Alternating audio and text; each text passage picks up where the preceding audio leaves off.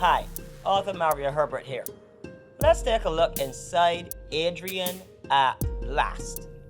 The first story is called The White Knight.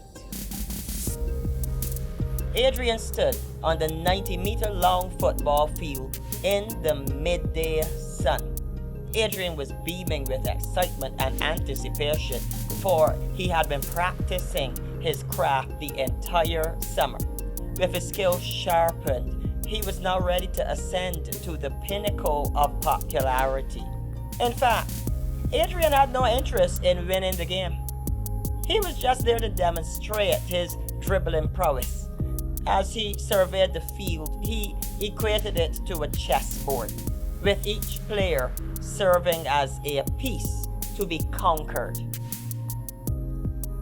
Though he knew most of the players in some way, on this occasion, they didn't have names, for they were all pawns in his game. Almost all of them. Two pieces on this 90-meter long chessboard stood out to Adrian. They were the best players on the field and could not be regarded as mere pawns. Ricardo was the school bully.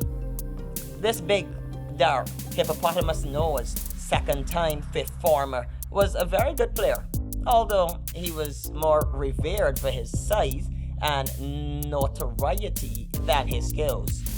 Ricardo was the bishop on Adrian's chessboard. Akani was a dark Rastafarian with very thick lips, of average height and medium build. He was in third form like Adrian, and he was universally considered the best player in the school. Akani was the rook on Adrian's chessboard. Adrian regarded himself the White Knight in this game. Now, this first story, The White Knight, is a very appropriate way to kick off Adrian at Last, because throughout the entire book, there's always some form of chess that is being played. And by the time that you reach the last story, What Would Adrian Do? Well, there's still a game of chess being played, but Adrian is no longer the chess master. Because when you become a somebody, well, somebody's gonna target you. So he goes from being a chess master in The White Knight to being a pawn on somebody else's board in somebody else's chess game. And that is gonna bring some real excitement to readers of Adrian at Last.